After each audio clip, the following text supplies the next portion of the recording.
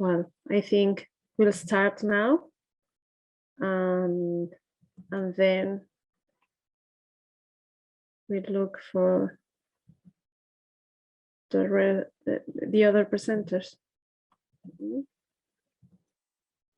So we have now the effet socio-économique de la pandémie de COVID-19 sur le moyen terme, une approche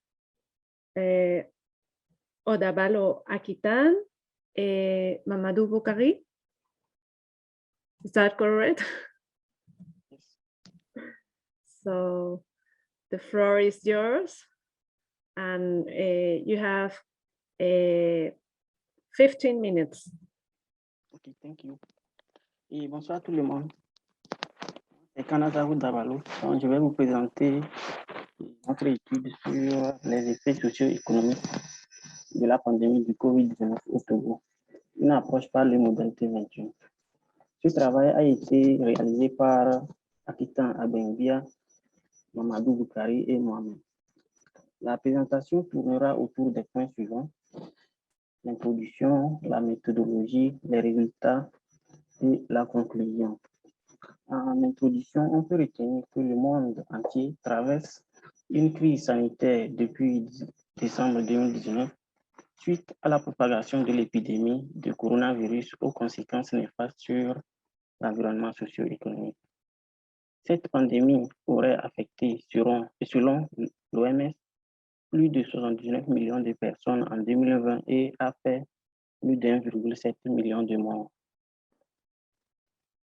Au titre de l'année 2020, les estimations des institutions internationales telles que la Banque mondiale et le FMI montrent que l'économie mondiale était en récession. Et comme tous les pays, cette pandémie n'a pas épargné le Togo.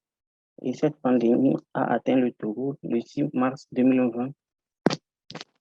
Et pour contenir cette pandémie, à partir de cette date, le gouvernement togolais a rapidement pris différentes mesures de riposte qui peuvent être regroupées en deux catégories. D'abord, nous avons les mesures restrictives et les mesures socio-économiques. Au titre des mesures restrictives, nous avons l'instauration du couvre-feu de 20h à 6h du matin avec un ajustement des horaires de travail. Ensuite, nous avons la fermeture des frontières, la suspension des activités dans certains secteurs et le bouclage de certaines villes. Au titre des mesures socio-économiques, nous avons la mise en place d'un programme de transfert monétaire aux ménages vulnérables en vue de renforcer leur résilience. Nous avons la prise en charge des factures d'électricité, toutes ces mesures couronnées par l'adoption d'un plan de relance et d'un plan de riposte dénommé 3R, riposte sanitaire, résilience et relance économique. Ce plan incluant des mesures fiscales permettant d'accompagner les entreprises. Donc, au vu de toutes ces mesures, une question se pose: quelle a été l'incidence de la pandémie de COVID-19 sur les différents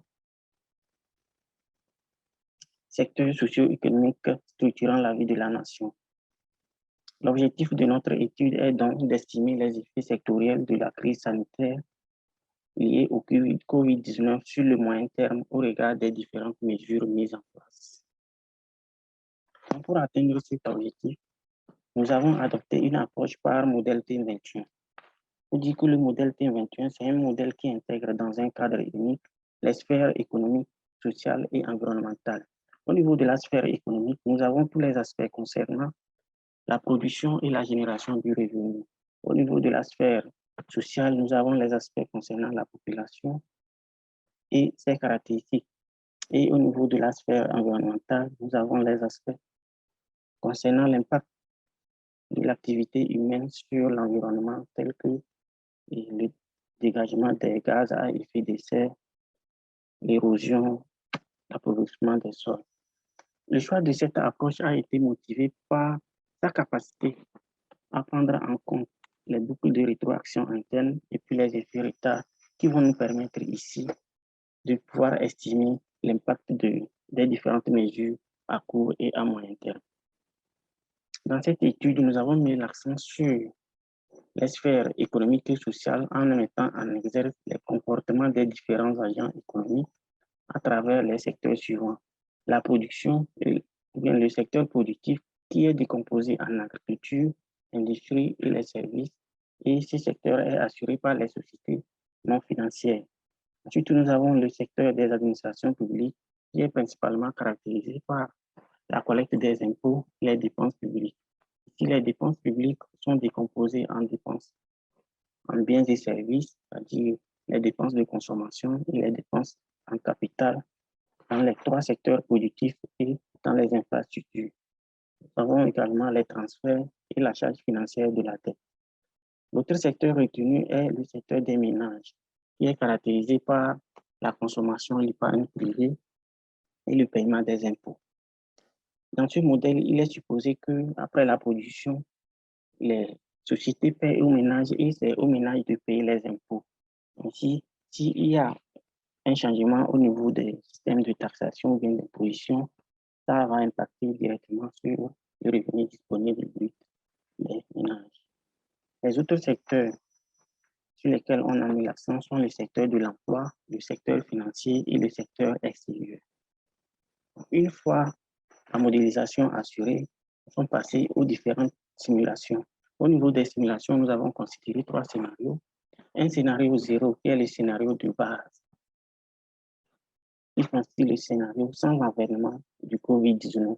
Donc, dans ce scénario, nous avons utilisé les données de la Banque mondiale, de la base de WDI, les données de World Economic Outlook et puis les données de Penn pour pouvoir élaborer ce scénario. Une fois ce scénario est élaboré, nous avons élaboré le premier scénario qui porte sur les mesures restrictives sans la mise en place des mesures économiques. Ici, les mesures restrictives concernées sont le couvre-feu et la suspension des activités. Ces deux mesures sont assimilées à une baisse du nombre d'heures de travail par semaine. En effet, quand nous prenons le couvre-feu, on sait que durant la période de couvre-feu ou bien les heures de couvre-feu, certaines activités sont arrêtées. Et en plus de ça, pour permettre aux travailleurs de se rendre à leur service et revenir, il y a eu un ajustement des horaires de travail qui a entraîné la baisse du nombre d'heures de travail.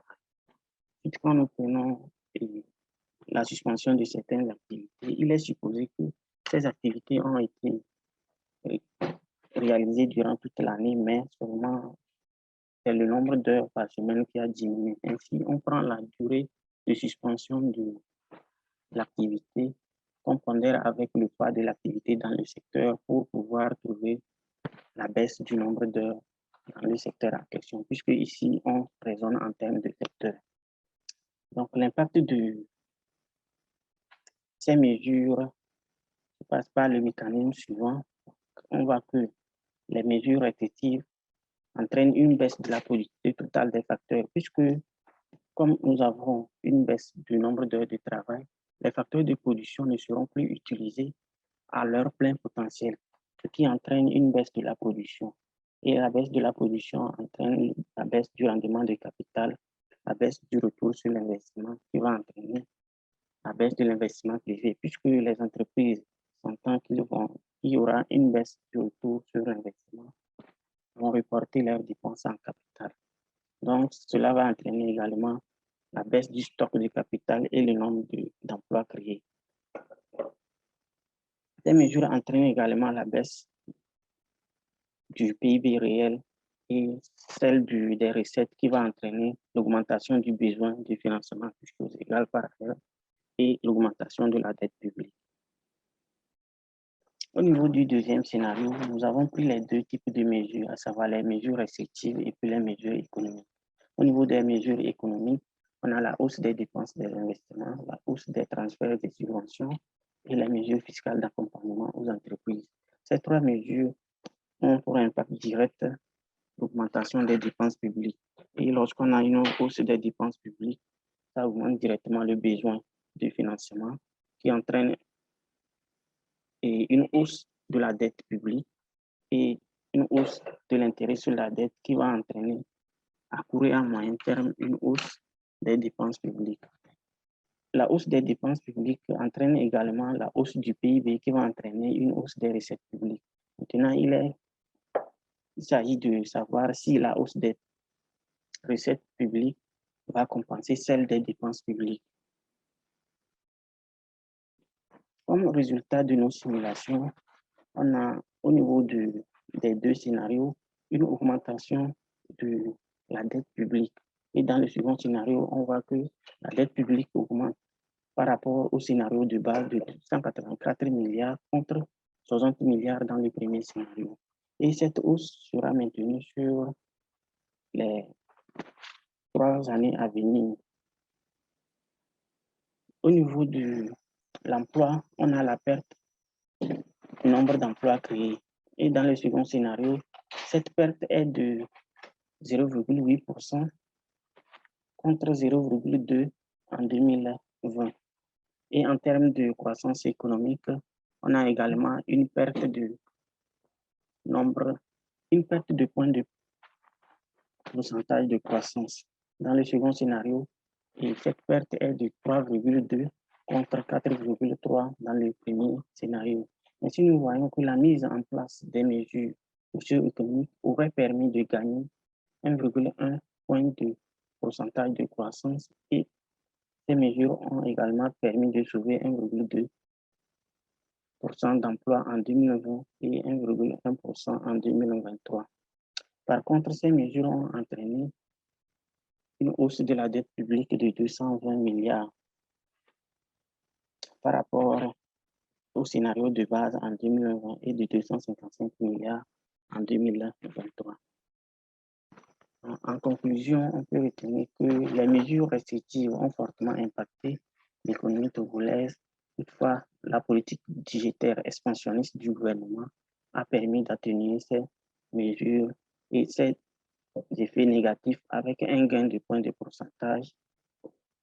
Et ces mesures ont permis de sauver certains emplois. Par contre, ces mesures socio-économiques entraîneraient une hausse de la dette publique dont le service pèsera sur les finances publiques jusqu'en 2023. Ainsi comme enseignement de politique économique, les mesures budgétaires visant à augmenter significativement le niveau de résilience des ménages et des petites et moyennes entreprises sont de nature à réduire les effets socio-économiques de la pandémie. Ainsi donc, il fallait revoir et bien réviser les mesures fiscales dans le plan de riposte afin de réduire les pertes des recettes et alléger un tant soit peu les finances publiques sur le moyen terme. Si le gouvernement devrait également privilégier des gestes barrières que les mesures restrictives telles que le bouclage des villes et l'arrêt de certaines activités qui perturberaient les chaînes de production. Nous voici à la fin de notre présentation et je vous remercie pour votre attention. Merci beaucoup. Je veux dire que vous pouvez écrire votre question dans le chat. You can write your questions in the chat, and in the end of the session, if we have enough time, we can discuss about that. I think we will have enough time because there is a presentation that we don't have. So there are only 3 presentations, so I think we have enough time at the end of the session. So merci beaucoup. Merci beaucoup. And we have now politique monétaire et budgétaire face au post-COVID-19 en Afrique. Amid Lemkedem, el Aisawi Hassan, Cherkawi Raswani Hamza, and Jihan I don't know. C'est Jihan Shuai. Shuai. I'm sorry, but no, it's these okay. are very, very difficult names. I know they can be difficult. So please, the floor is yours. Can I share my screen? Yes, you can try it. Okay, c'est bon. Partager. So we're gonna start from the beginning. Oh, Okay, this is it. Can you hear me clearly? yes, perfectly. Okay, great. So hello everyone. I'm here today. Let me present myself first. My name is Jihan Chouet, third year PhD student, and I'm here today on behalf of my colleague Hamza Shalqawi Ghazwani, also a third year PhD student, to present this subject entitled Monetary and Budgetary Policies Post-COVID-19 in Africa. As we all know, those last years have been a really difficult time for countries around the world to overcome. The objective was and still is to contain the spread of this pandemic, the collateral damage of which has been major, whether at the health, social, political, or economic level. From the first cases of coronavirus in Africa, the darkest predictions have been made about the coming health catastrophe on the continent, due to a number of characteristics believed to favor the severity of the pandemic. These predictions have been buoyed by the speed of state responses and many other factors. So the main question of our presentation will be what new orientations will have to be applied to monetary and budgetary policies to the health aspects of the COVID-19 once the health aspects of the COVID-19 crisis has been mastered. So in order to be able to provide an element of response to the problem, we will divide our subject in two main axes, namely a general overview of the economic situation in Africa in the light of COVID-19. And in the second hand, we will see the consolidation, or how can we consolidate the monetary and budgetary policies for a better recovery of the economy. And we will take the case of Morocco. Let's start with the first axe, which will be divided into other axes, namely an overview of the economic situation before the crisis and the macroeconomic and financial developments.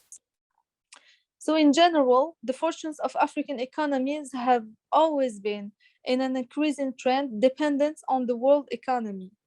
According to the best available estimates, the economies of West Africa were already well integrated into the world economy by the end of the 19th century. The share of the international economy in the national economy being around 10-15% in the middle of the 19th century, and possibly increasing to 20% at the beginning of the 20s. Thus, the typical African economy is very dependent on world markets, and the growth during the movement of Africa Rising since the early 20s has been associated with markedly increased dependence on international markets. First, we will focus on South Africa. So the South African economic before the COVID-19 pandemic.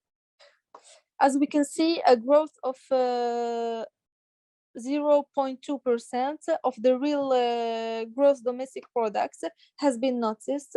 Also, a rate of 139% of the domestic credits to the private sector of the GDP. And finally, an unemployment rate of 23.3%. In Morocco, we can notice a growth of the GDP of 2.5%, unemployment rates of 9.2%, a budget deficit of 4.1% of the GDP, and a public debt of 65.8% of the GDP. This is an overview of the economic situation before the crisis. In South Africa, after the crisis, the GDP declined of 8.2% in 2020, an investment contraction which was major of 32.4%, a key rate cut by 300 basis points for a total of 200, an inflation rate of 3.4%, and a budget deficit 14% of the GDP. In Morocco, the macroeconomic and financial developments at the economic level to address the uncertain national and international economic situation, a special fund for the management of the coronavirus pandemic was created with a capacity of 3% of the GDP, and the contribution of various private and public entities is considered as a risk-changing mechanism. So different entities contributed in this special fund to help less abilitated entities and people to survive through this crisis. There was an awareness of the interdependence of the different sectors, all of which were affected directly or indirectly by the coronavirus pandemic. The set of measures adopted by the authorities is consistent with the multi-phased nature of the shock, which affects both supply and demand, both in the domestic markets and international markets, and also the health and environmental aspects of the country. Thus, the aid distributed to households in a precarious situation and the aid granted to businesses have the same objective of smoothing the landing of the economy and flattening the curve of the recession. The recourse to external financing is also in line with this overall approach, which aims at protecting the economy against an external shock that primarily affects the sectors exposed on the international markets and tourism, and at preserving external balances by offsetting parts of the decline in FDIs and current remittance. We talk also here about tourism because, as we all know, after the lockdown, there weren't tourists to come to Morocco, which affected in a majorly the economy. So finally, monetary policies provide a cross-cutting response by facilitating access to financing supports businesses facing cash flow problems and sustaining demand through a deferral of redemption payments. But with all these problems and all these attempts to find solutions, it's an opportunity. It's an opportunity for Morocco and for Africa in general, because how can I say this? This crisis made us be a lot more aware of the problems in our economy, and gave a little speed of the mechanism of change in our economy. So here we see a graph which shows combined rates of time-related underemployment and unemployment in Morocco from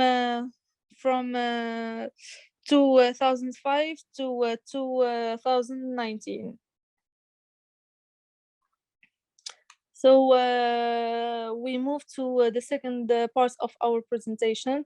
We will see at first consequences of COVID-19 on monetary and budgetary policies, and then the new orientations of monetary and budgetary policies post-COVID-19.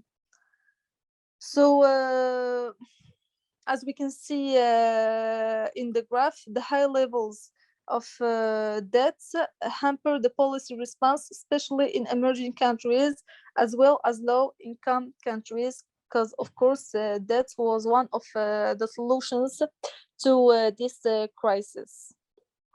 We took this graph from a database relating to countries' budgetary measures in the face of COVID-19 from the IMF.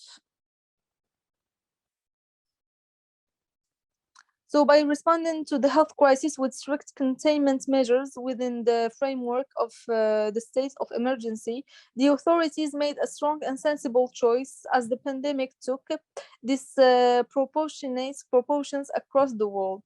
As a result, the Moroccan economy came to a partial halt with significant economic costs to cover. The impacts of this crisis can be categorized into three areas. First, on the supply side, national value chains are suspended or severely slowed down due to cash flow problems, decline in demand, and the bankruptcy of some small businesses. Then in the field of demand, as a second order effect, the slowdown results in the loss of certain jobs, particularly in services, and therefore a loss of income. This causes a decline in national consumption. Finally, in the field external, the suspension of international value chains leads to a decline in international demand addresses to Moroccan products, but also in terms of financial, a decline in FDI, current transfers and tourism situation. A recession now seems inevitable, and the authorities presumably understood it. Through the establishment of le Comité de veille économique, there is therefore a desire to respond to this crisis by containing the brutality of the landing of the Moroccan economy. So in response to the COVID-19 pandemic, an action plan has been established around the three priority areas: health, economy, and social order. In each of these areas, the initiatives of public institutions, the private sector, and members of civil society has so far made it possible to limit the damage and have some control over the pandemic. The central bank therefore acted in concert with the budgetary authorities, but also private sector actors to respond to the economic shock. By massively injecting liquidity, Bank al-Maghrib aimed primarily at a support for bank credits and therefore to the demand of households and businesses. Next, this policy has second round effects on companies which, by setting up funds, cover their cash flow needs and ensure as best as they can the maintenance of their activity as well as that of their suppliers. The fall in the key rates has for objective increasing the level of the bank liquidity and passing the decrease on rates applied to non-financial sectors and households. By doing so, the central bank is bringing a breath of fresh air to businesses by reducing the cost of financing their cash flow, particularly useful for very small businesses, and moreover, by banking on an increase in the demand for credits, it seeks to avoid the specter of deflation, partly, of course. Externally, the international situation, which enters into Bank al-Maghrib's current analytical framework, will also weigh on the evolution of prices and the parity of the dirham. Changes in exchange rates policy, together with the Ministry of the Economy, strengthen Bank al-Maghrib's arsenal of actions to minimize the impacts on the stability gold prices. Thus, at the end, the last council of Bank al-Maghrib, the Wali and reduction of the key rates from 25 basis points to 2%. Prudential measures have also been planned, aiming at tripling the refinancing capacities of banks through open markets and foreign exchange swap operations, expanding the list of collateral eligible for these operations, the extension of the maturities and the refinancing, as well as the expansion of programs dedicated to very small businesses for their operating credits.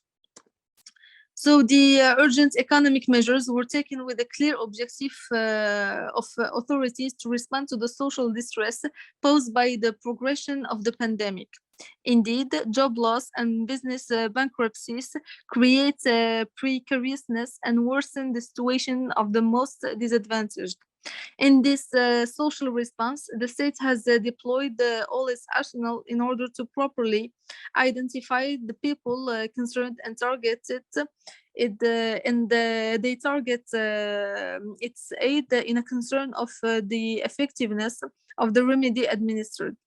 Therefore, the consolidation of monetary and budgetary policies in the face of COVID-19 have been slowing the effects caused by this crisis and were necessarily for a revival as well as redeployments of the Moroccan economy. So I want to thank you all for your attention, and I hope I added something new for you. Thank you. Thank you very much. Thank you very much. So we have another presentation by Susana Martín Belmonte and Jordi Puig Mercè Roca, crisis mitigation through cash assistance to increase local consumption levels, a case study of bi-monetary system in Barcelona, Spain. Susana, the floor is yours. Thank you very much, Laura. I'm going to share my screen as well. And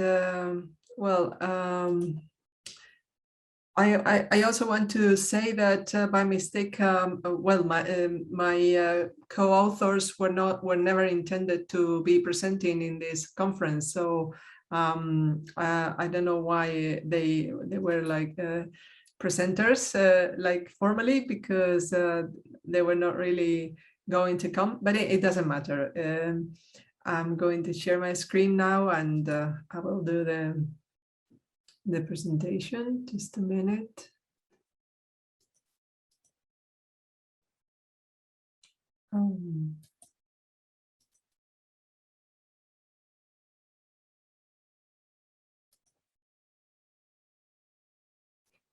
Oops. Yeah, I can't really share the screen. Just a minute. For some reason. So in the meantime, just a reminder that you can write your questions on the chat. Yeah. So okay. See, we got. Can you see the presentation? Yes. Okay, I'll show it. Just take away this. All right. Okay. All right. So, well, I'm going to present a case study that I was involved with, and then so it's a case study of a local currency. A local currency meaning that is an alternative means of payment that is issued by a group of people, institutions, etc., stakeholders, and in this case, this complementary currency, this local currency, was issued in association with the Barcelona City Council. This was an experience that we carried out with a European grant for research. So this is a pilot project that we did in Barcelona, in some neighborhoods in Barcelona. And the idea was to see, and this experience was associated with the payment of a basic income for this group of 1,000 families. So the idea of the experiment was to see if paying a part of this basic income in a local currency would make any difference for the community compared with paying it with a conventional currency, which is the euro here. So the idea was to see if we can create some more an increase in aggregated income in the area with paying this a part of this subsidy in the local currency. This the part that was paid to the beneficiaries in the local currency was at 25%, and only half of them were affected. So there was 500 or 600, depending on the times in the 13 months that the experiment took place, and they had this 25% paid in the local currency, and the rest were in the program with receiving everything in the full amount in euros. Okay, so everything happened in 13 months. So these are the results, and I'm going to explain what we did and how we did it. So this is the paper. It's already been published, and so you can check it out it's available. Is open access, so you can check it out anytime. I already explained, and the idea, as I said, the idea is to see if with this kind of payment method we can foster regenerative economic development while we are still paying and cash assistance in this for the same purposes. So this is the experiment. First thing that we need to see is that and this is data that we have from other experiments in the area. In Santa Coloma de Gramenet, there was another local currency working a couple of years before. And what the data showed in that experiment is that a euro expended in a local currency, in a local commerce, in a local business, was more likely to be respent locally, and the rates here was 0.45 cents would go to a local expenditure after this first expenditure of €1. If you spend €1 in a supermarket chain, then only 0.15 would go again to be respent in the local area. And if you spend this euro in an online shop, the most likely thing that will happen is that none of it will be respent in locally. So this is something that we already knew from this previous data. So what the conditions that we decided to test were three conditions. So the first was that cash transfer in the local currency should be carried out in a way that fulfills the original purpose of the cash transfer. So if this, in this case, in our case, was to buy, these cash transfers were meant to cover basic needs for the 1,000 beneficiaries. So this has to be respected. So they should be able to do this, to carry out their expenditures with no problem at all. The second condition is that this cash transfer should be an additional monetary injection that is sufficient enough to make a difference to the local economy. Okay. And the third condition is that the money injected should then remain local to a greater extent than under previous circumstances. So these were the three conditions that we were testing, based, of course, on the literature, the previous literature on cash transfers and on regenerative local development, and also based on the local complementary currencies literature. The methodology were the indicators that we were using to test these three conditions were this: usability of the local currency by the beneficiaries, and also by the satisfaction of the participant businesses, amount of cash perceived by the affiliated businesses. Well, maybe I didn't explain. The local currency is something that the affiliated businesses locally can get, because it's a digital complementary currency, and you have to register and have an account in this system to really receive a payment on it.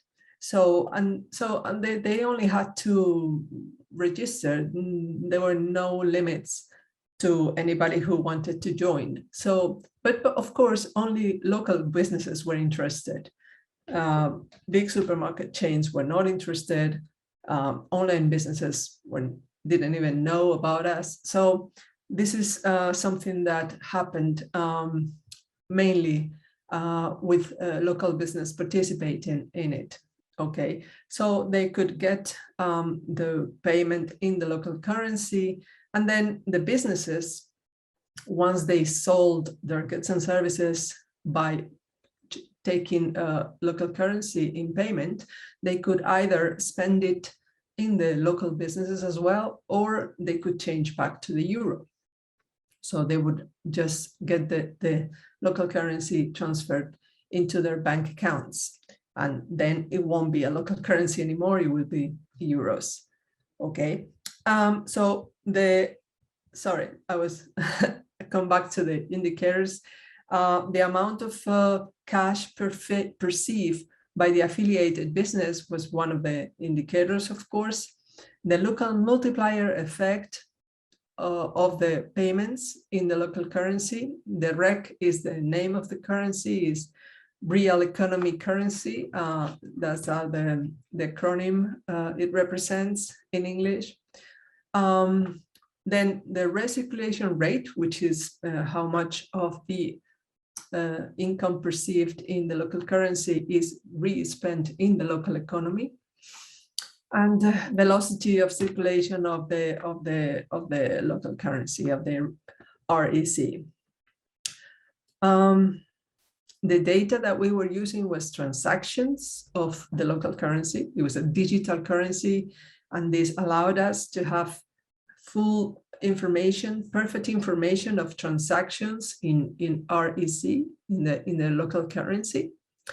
Then there were 2 surveys for beneficiaries and 2 surveys for the businesses that participated in the scheme. One after 3 months after the start of the experiment, and then another one like 3 months before it ended.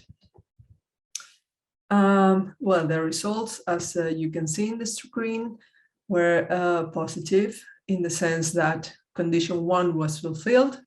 The indicator was beneficiary satisfaction survey. 92% of beneficiaries were satisfied or very satisfied. This was the beneficiaries of the cash assistance transfers. The condition number 2, which is that cash transfers, was an additional monetary injection that is sufficient to make a difference in the local economy. This is something that was also positive because, well, we knew that by the transactions, by the transaction data, that each affiliated business would got 5,559 recs in the 13 months, and they thought that this was sufficient. This was interesting, as 88% of affiliated businesses owners were satisfied or very satisfied with the experiment. And condition number 3, that money remains local to a greater extent than in previous circumstances. Then we could see that the local multiplier effect of public spending was 2.11, where in the national average for similar circumstances was 1.2 or 1.84, sorry.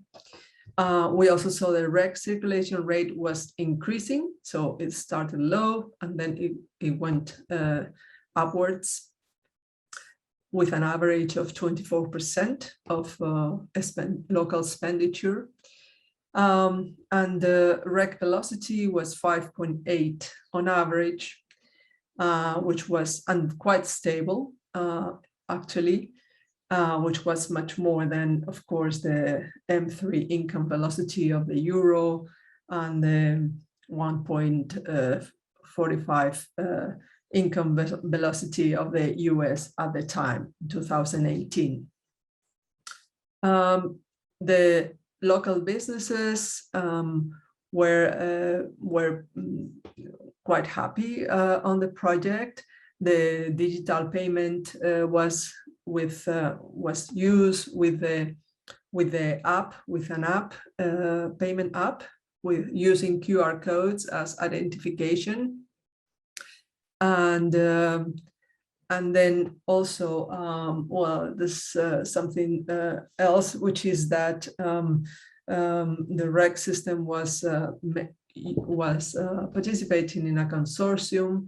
And this consortium received the G-Merits consortium with 2 other projects, and 2 universities received the Blockchain for Social Good €1 million prize because the technology was actually the blockchain. But so the idea is that, well, this is a bit the summary. It was in operation from 2018 until the end of 2019. It was managed by a cooperative association with the collaboration of the Barcelona City Council, financed with the European BEM Income project, a basic income pilot project to fight poverty and inequality and spread the public money in the local economy. So I think that's all for me. And of course, we can have a conversation with more. I can share more details with any of you if you are interested. Thank you very much. Thank you very much. It's quite interesting project. Thank you. So we have a few minutes to have a discussion, or if anyone have a question for any of the presenters today, you can open your microphone if you want.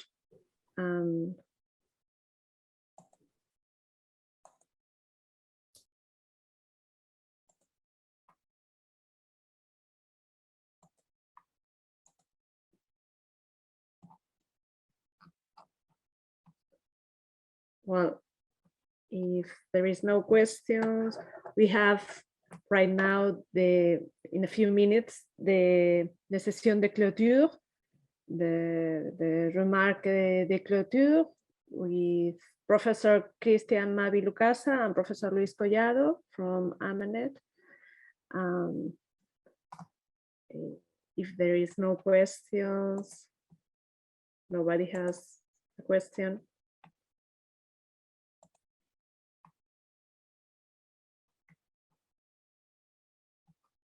So we can see each other in that session and to end this conference. So thank you all. Thank you Thank all. you. And we see each other in a few minutes. All right. See you. See you.